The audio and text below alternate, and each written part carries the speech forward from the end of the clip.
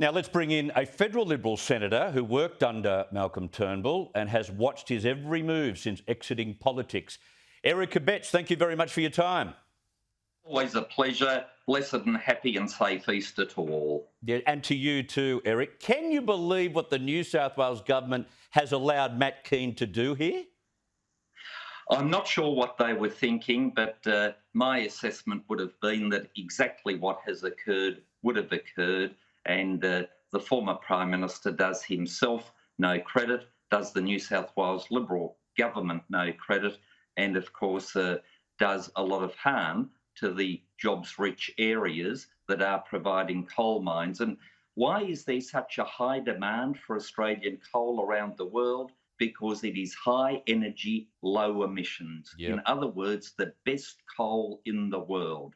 India and other countries, they could be importing coal from Indonesia and elsewhere, but they seek Australian coal because of its high quality and low emissions. And they want to lift, believe it or not, hundreds of millions of their people out of poverty, out of energy poverty. And so this virtual signalling by Malcolm Turnbull is really, the consequence of that is to leave these people in poverty. And that is a terrible thing to contemplate. And we should be proud of our coal, seeking to export it to lift people out of energy poverty and at the same time ensure that emissions are kept to a minimum. It's a win-win. And I don't understand why the New South Wales government would want to congratulate Malcolm by bringing him into the fold. After all, he's done nothing but bag the Morrison government.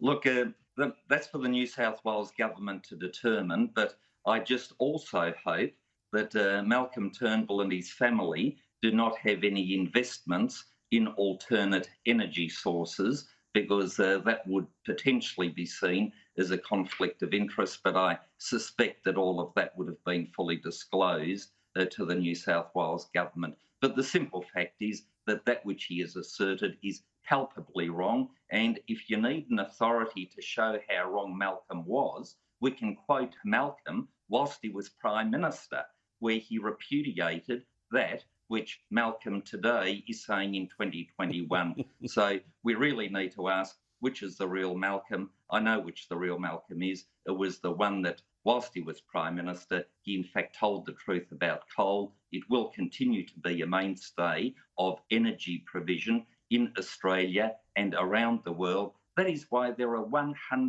hundreds, in fact, of coal-fired power stations being built as we speak. There is a need for coal. We have the highest quality coal in the world.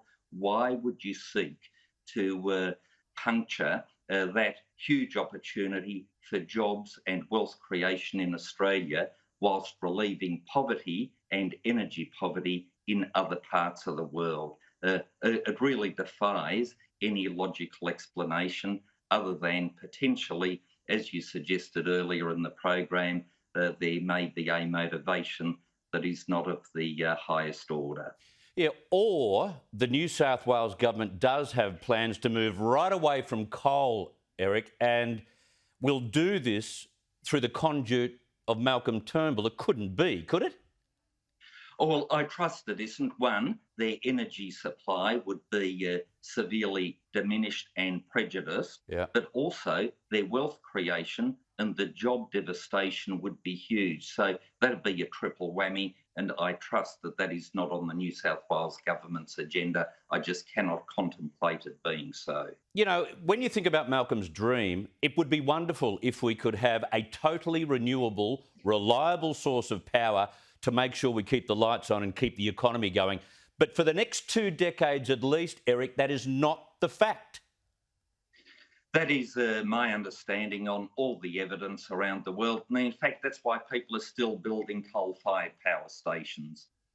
If they honestly believed that wind turbines were the answer, they wouldn't be building the coal-fired power stations today. So don't know where Malcolm's getting his ideas from, but it's not from the book of objectivity, the book of logic, or the book of evidence. Yeah, you're exactly right. The Morrison government wouldn't be thinking about bringing Malcolm back to be part of any policy formulation, would they, Eric? Well, I'm not in the cabinet these days, but I trust not. Eric Abetz, thank you very much for your time. Have a great Easter. Same to you and to all your viewers.